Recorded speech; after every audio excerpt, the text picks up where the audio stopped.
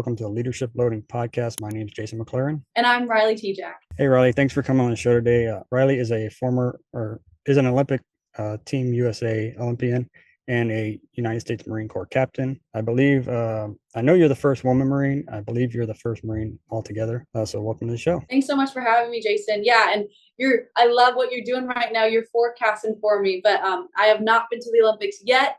I've been on Team USA, competing in World Championships, but hoping to be the first female Marine in the Olympics and the 2026 Olympic Games in Milan. Definitely, and we'll kind of deep dive into that. So let's start with your Marine career. This podcast is all about veterans, getting into business, and I know we're going to talk about some of your affiliates and stuff later. But let's start off with your Marine career. What got you to join the Marines, and why'd you go the officer route, or what led you to that? So growing up, my dad was a professional baseball player and my mom was a self-made businesswoman. So they instilled a lot of lifestyle patterns into me about working really hard academically and excelling with sports. And so I got a Division I softball scholarship to George Washington University. And I never thought I wanted to be a Marine. Like, there's nowhere on my list of like what I want to be when I went to college or anything was Marine officer, like anywhere on there.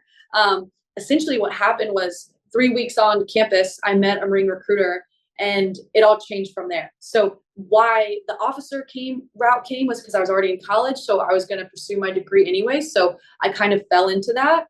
And then that job, again, I never thought was possible because I never saw a woman in uniform growing up in Indiana, to be honest, let alone a woman in the Marine Corps. So that was like something when I was like, wait, you want me, blonde hair, this, that, and the other. And they're like, absolutely. And they absolutely stole my heart. And I fell in love with it ever since. So since I was 18, and I first went to officer candidate school, I was all into the Marine Corps. That was back in 2016. Yeah. Former Air Force myself, I always say women Marines were the most badass, female service members. So that kind of leads into all that. And then, for anyone in college, check out the officer routes. If you're already in it, check it out. And, they can really help you out either with your college or after you get out. If you need some skills to pay the bills, you can go from there. So let's talk about the Olympics. How do you even get started on that in the Olympics? So back to what I was just talking about, my dad being a professional baseball player, naturally, I was a softball player since I could walk. And so softball demands a lot of power output in short sprints. And that is exactly what they look for in a sport like bobsled. They look for power, how explosive you are, and being able to run quickly and potentially even under a load. So little did I know my whole life, I guess I was technically kind of training for bobsled in a way as I was adapting and playing softball. But back in college at George Washington University, we had one jersey retired on our field, and that was a jersey of Alana Myers-Taylor, who is a 5-time Olympian in the sport of bobsled, but she played softball at George Washington. So that's where that really came of when I first met her. I was really intrigued by the sport, naturally was following it, honestly, because of her. And I never thought that would be a possibility for me because, like I said, when I was 18, the Marine Corps got me. They threw out that net and I was all in. And so it wasn't until later on in my Marine Corps career when I finished the basic school, I finished my MOS school and really got to the fleet during COVID. Did I see an opportunity to maybe try something else? And that's when God kind of put all the pieces together and it was time to, I guess, try out for the sport of bobsled. So do they call you or you, go on their website and sign up, or how does it work? So they absolutely do both. A lot of times our coaches reach out to other collegiate coaches because we look for Division I top level athletes. And I saw from following her that she was just posting on it and was like, hey, we're looking for people, all this kind of stuff. And me being me and just being very bold and putting myself out there, I reached out to her. I found the coach's number. I called the coach directly.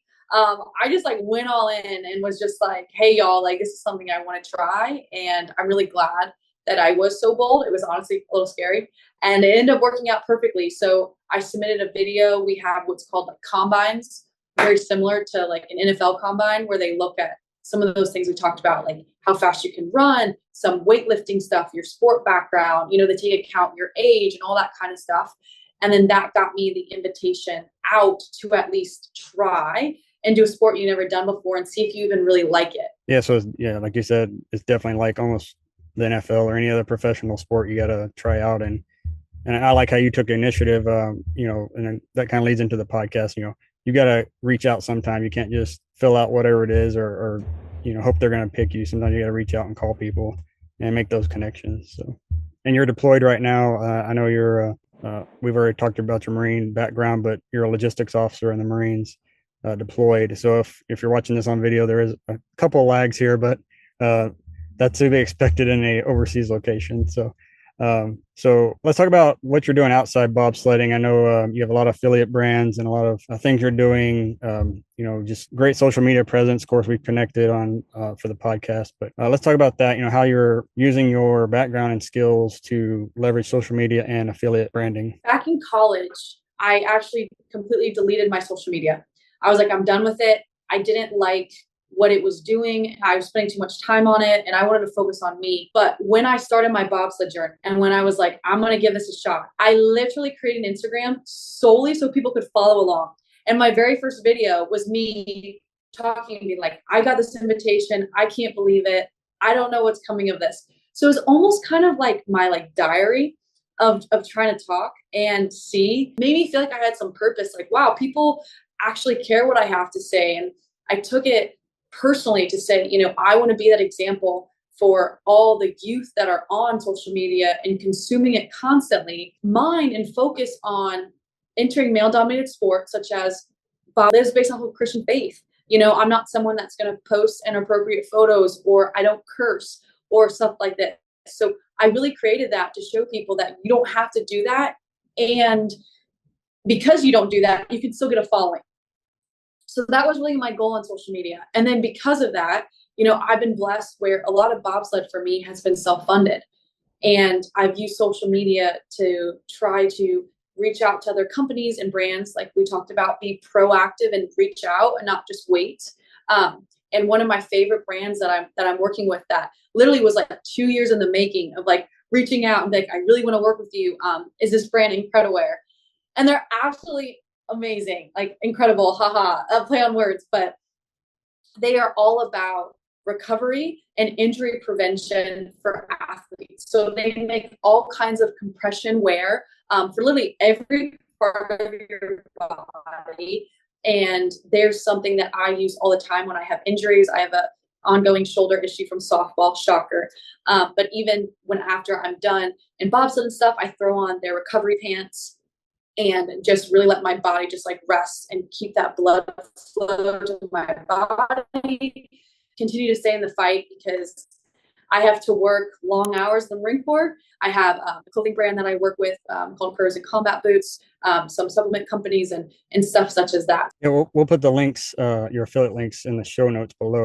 Can we go back to the leadership? I know if you ever watch Full Metal Jacket, you see the Marines in there and there's just like F-bombs and cuss words every 3 sentences, basically. So let's talk about that. How do you lead? I mean, you're a captain, so you've got troops under you, I'm sure. How do you lead without, using those type of tactics as your influence? When I came up to the military, profanity was a big thing, especially in what we call the old Corps and all that stuff, right? Like, just like you said, and just like the movies, the Marines will use the F word as an adjective, noun, verb, pronoun, all the things. So if you're somebody that doesn't curse, then you don't curse. If you're someone that does, be mindful of when you're doing it. So whenever I have my initial counselings with my Marines or I step foot, I'm in that leadership role, I make it very clear to my Marines who I am. I say, hey, I'm a really strong Christian. I am not a yeller. I don't curse. And I like to be pretty open about my life. And I love to work out and I'm going to make you work out with me from time to time. So you don't have a choice. And I've learned that when you set that precedence at the beginning and you let the Marines know what they can expect, they can adapt and know who you are and that you're being your full self. Now, I do say, Marines, when you're talking to certain officers and high rankings, it's probably not the best idea to just like speak and use all these words that just don't make you kind of sound educated. But ultimately, I just try to be me. And I ask the same thing of them in return. I want you to be you authentically, however that is. And I set that tone early of what they can expect of me so they know. Yeah, being authentic self. I think we have another episode about that back. I don't know what episode number off my head, but I'll link it in the show notes if we do. But yeah, even when you get out of the military, you start interviewing and you start that first job. Not every job's like the military. Yeah, you might get on a police force or fire department, something that's similar related, and that kind of thing is okay. But like you said, times are changing now. They may allow more tattoos in the police department now, just like they do in the military, but they have gone more strict on the language and that sort of thing, and especially if you're using terms that are derogatory and that sort of thing. So Riley, if you ran into a little boy, little girl, or young man, young woman, and they were just like, and you had 1 minute in passing, you're about to get in line for bobsledding or whatever, and they were like, what's your one piece of leadership advice? What would it be? So I like how you said leadership advice, not just advice in general. So I love these questions because I always take just the first thing that comes to my head. But I would tell that young boy or girl that they are destined for success when they believe in themselves and they set themselves up around a tribe. What I mean by that is set yourself up for success. A way to do it is in a leadership role, be proactive, be humble. It's about the people. It's not about you. And what I mean about the tribe is any leader, any chief means Indians. And you need those people that are around you that support you and are able to kind of check you and put you in line and whatnot. So I would probably have to dumb it down a little bit depending on what age they were. But, I would say, make sure you care about others more than yourself, and make sure that you constantly have allies that will help you and motivate you and push you and be there to lift you up when you're down and celebrate the victories with you as well. Because as a leader, it is lonely, but you can never do it 100% by yourself. And as a leader, you have to be more selfless than anyone else in the group. And I found throughout my military career and, after getting out, keeping that tribe tight is hard, especially if you built a tribe at a base you're at and you move. Basically, you got to start over again. And then when you get out, I've moved 3 or 4 times since I got out. Same thing. I've been at my current city a couple of years now and finally getting a pretty good tribe going. But now with the internet and social media, you can kind of build that virtual community as you go forward, and like you've done with your social media. And Riley, how can people get a hold of you if they wanted to contact you or see what you're doing out there? So I only have one Instagram site, one Instagram page, no matter how many different variants you might see about it. I'm on Instagram at riley.tejcek. I know the spelling's a little bit funky, but that is my main page. I chose not to be on Instagram or TikTok or any of the other things. So if you see anything other than Instagram or I guess LinkedIn, it's not me. But I try to really keep updated on what my real life is, like how being a Marine, how I train, what I do. I really try to show people almost every day. I work out 6 days a week. I post my workouts, not just for me, but to show other people like, oh, shoot, she's getting after it. I probably should too. And then I also like to just be me as a person. Like, hey, here's my thoughts on the day. I just got done with Bible study. Here's what I think about this. Or, I just want to draw y'all's attention to something that I learned that I think is really powerful, right? Using social media in the sense of it can be powerful to spread news and to spread good news and to challenge people into something positive. So you can do that. Or I always tell people, if you do send me a message on Instagram and you want to connect, I actually almost always answer. I'll give you my phone number. I'll give you my email. If you want someone to mentor or ask questions, like my goal is to impact as many people as possible. And like we talked about on this podcast earlier, if you don't reach out, don't expect someone to just come to you. So I'm here for you guys. Just reach out and I'd love to connect. Awesome. Well, thank you for coming on the show. Thanks for having me, Jason. There are thousands of leadership and management podcasts to choose from. We're glad you chose the Leadership Loading podcast, a Go Heroes production. If you'd like to support Go Heroes Inc., visit www.goheroes.org. And with that, it's time to wrap up today's show. Thank you so much for listening. We sincerely hope you liked it. Don't forget to like, subscribe, and share this podcast with your family and friends. Let's all grow together. Thanks for listening to the Leadership Loading Podcast. Leadership Inspired.